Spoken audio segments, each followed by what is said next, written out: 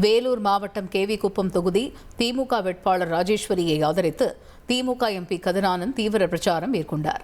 வேலம்பட்டு உள்ளிட்ட பல பகுதிகளில் பேசிய அவர் 1000 பிரசவங்களை பார்த்த அனுபவம் உள்ள மருத்துவரையே திமுக வேட்பாளராக நிறுத்தியுள்ளோம் என்றார்.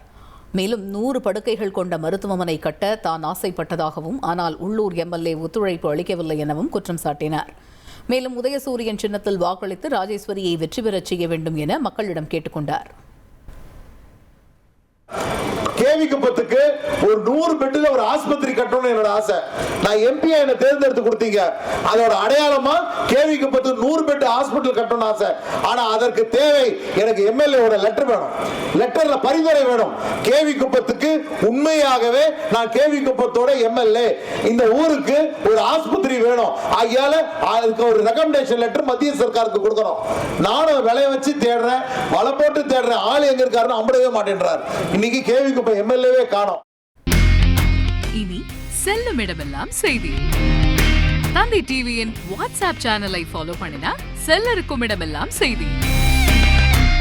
இதோ QR கோட் இப்பவே ஸ்கேன் பண்ணுங்க, ஃபாலோ பண்ணுங்க.